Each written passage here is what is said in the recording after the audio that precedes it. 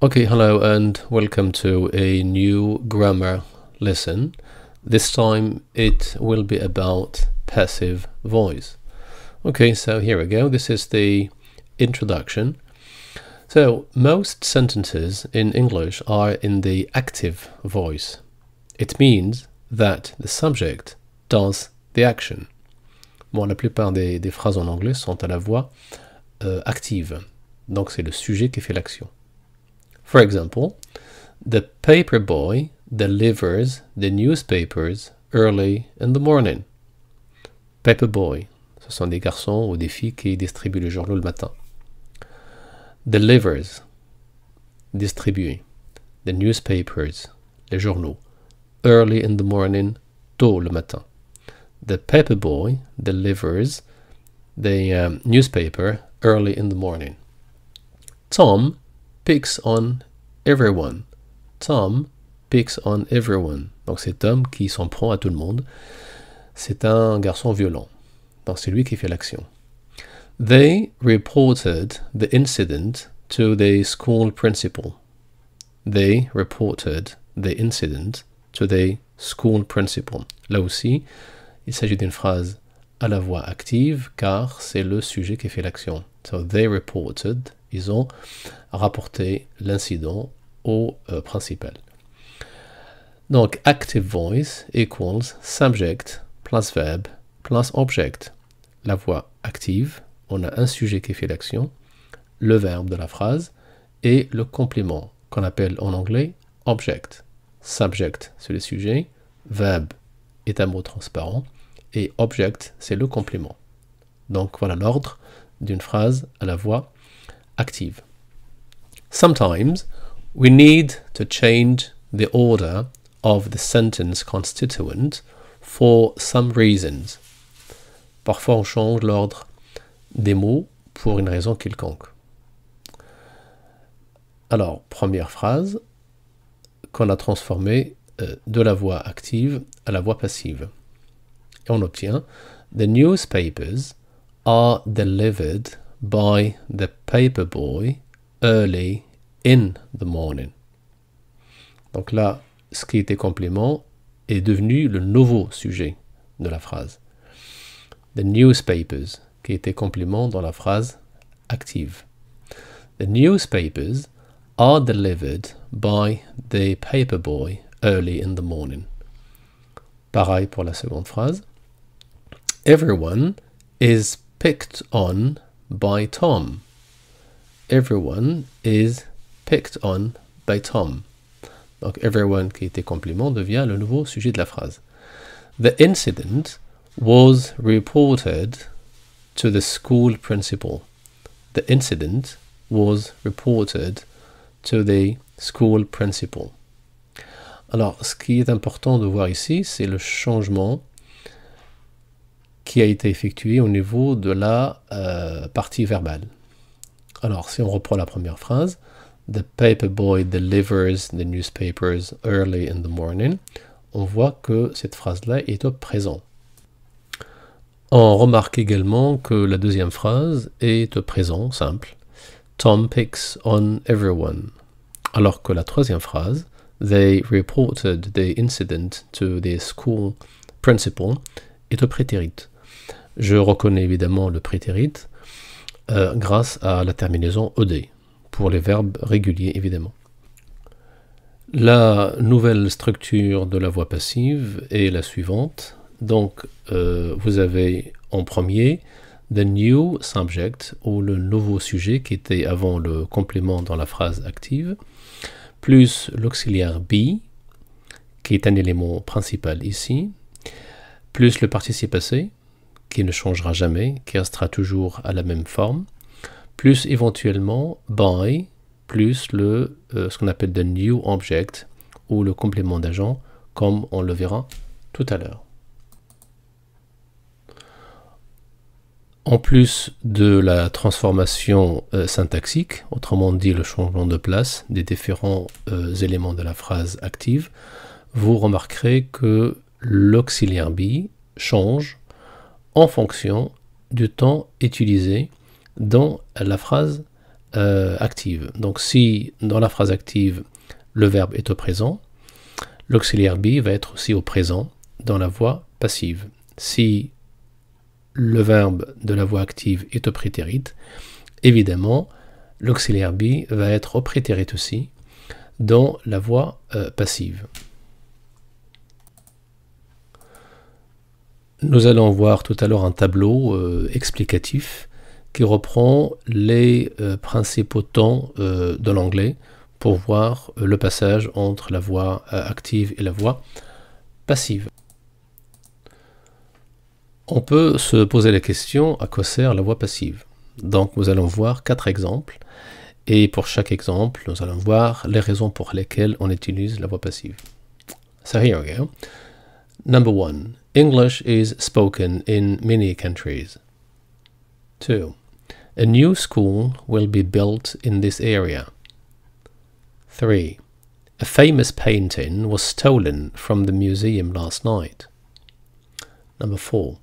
Titanic was directed by James Cameron in 1997. The passive voice is used in the following cases. Donc on utilise la voix passive dans les cas suivants.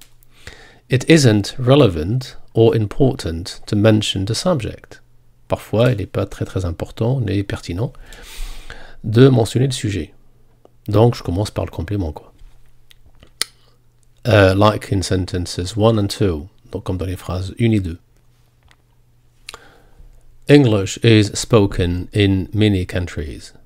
A new school will be built in this area. Deuxième raison, we don't know who does or did the action. On ne connaît pas donc le sujet. Il est inconnu. Et donc, je passe par le complément et on le voit dans la phrase numéro 3. A famous painting was stolen from the museum last night. Donc le passage à la voix passive est presque obligé puisqu'on ne connaît pas le sujet. Troisième raison. We want to emphasize the person or thing acted on. Là, c'est un choix délibéré de la personne qui parle. Il veut mettre le complément en tête de phrase, pour une raison quelconque, parce qu'il veut mettre l'accent justement sur la personne qui subit l'action, plutôt que la personne ou la chose qui fait l'action. Dans la phrase 4 par exemple, Titanic was directed by James Cameron in 1997. Donc ce qui compte ici dans cette phrase-là, la voix passive, ce n'est pas la personne de James Cameron qui a réalisé ce film, mais c'est le film lui-même, Titanic. Vous remarquerez aussi que je laisse à la fin de la phrase tout ce qui est complément de temps, par exemple, comme ici, in 1997. When the subject is identified, it is introduced by the preposition by. Alors quand le complément d'agent, qui est à la fin de la phrase passive, quand il est identifié, quand on le connaît, eh bien, on l'introduit par la préposition by. Par exemple, Agent 007 was created by Ian Fleming. Okay, là, on sait qui a créé donc, le personnage de 007, et donc j'utilise donc by avant le complément d'agent. Quelles sont maintenant les différentes transformations entre la voix active et la voix passive?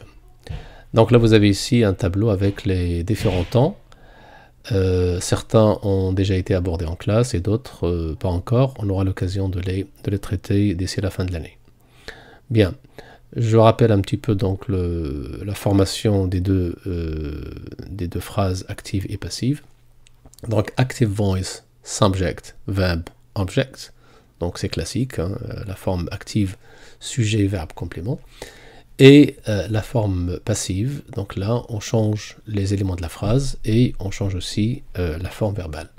Donc new subject, le nouveau sujet, l'auxiliaire be, le participe passé du verbe, et j'insiste sur l'apprentissage des verbes irréguliers, by, quand c'est nécessaire, et le nouveau complément qui était le sujet de la phrase dans la voix active. Bien. Le présent simple, que vous connaissez tous, simple present. Okay. Peter writes a letter. A letter is written by Peter. Donc là, on a le présent write, l'auxiliaire be est au présent aussi.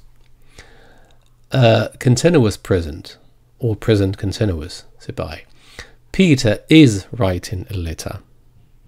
Peter is writing a letter. Donc ce qu'on appelle aussi le présent be plus ing. A letter is being written by Peter. Donc là, on doit garder la forme continue, et donc l'auxiliaire be est à la forme continue.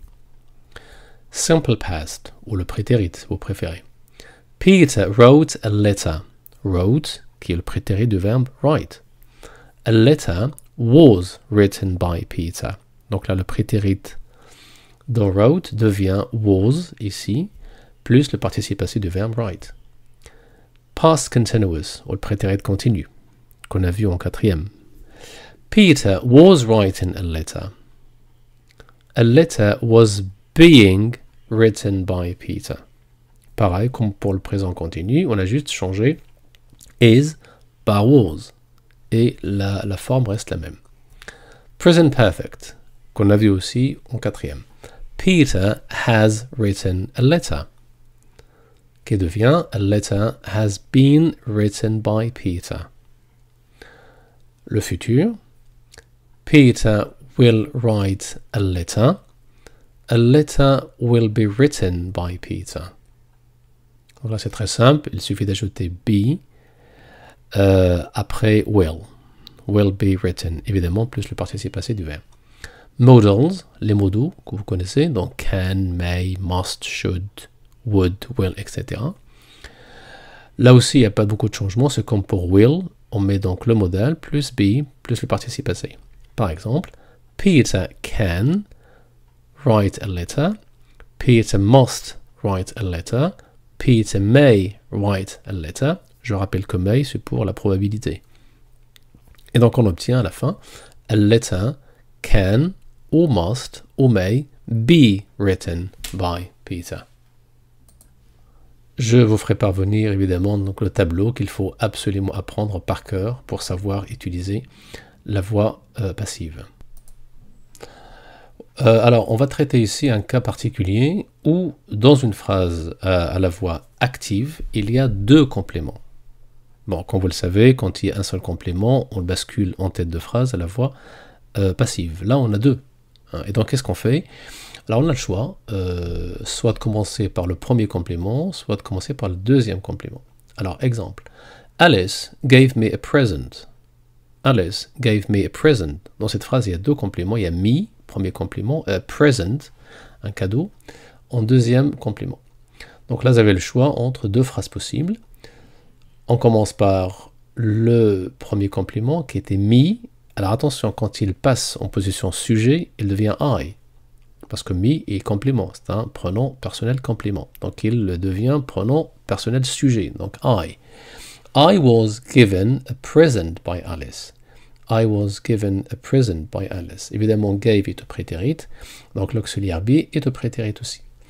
Je peux aussi commencer par le deuxième complément, qui est a present. A present was given to me. Il ne faut pas oublier que to me, c'est la construction qu'il faut utiliser. By Alice. Deuxième phrase. The granny tells a story to her grandchildren. Granny, c'est la grand-mère. Tells, le verbe dire. A story to her grandchildren. Alors, grandchildren, ce sont des petits-enfants. Et donc, il y a deux compléments aussi. A story et grandchildren. On peut commencer par le premier complément. A story is told to the grandchildren by their granny. Deuxième possibilité, le deuxième complément. The grandchildren are told a story by their granny. Alors méfiez-vous, quand vous conjuguez le verbe, enfin plutôt l'auxiliaire be, faites attention à bien l'accorder avec le sujet. Hein. Là on a ici a story au singulier, is. Deuxième possibilité, the grandchildren est au pluriel évidemment, et donc on utilise are ici et non pas is.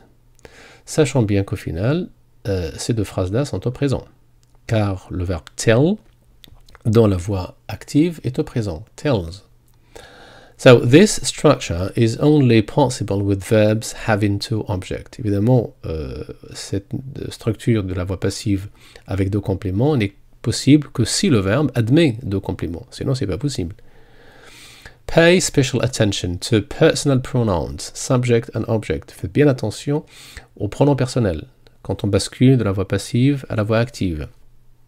Now you can do the exercises I have given you, and if you have any questions or if you do not understand anything, just send me your questions. I will give you the appropriate answers as far as possible.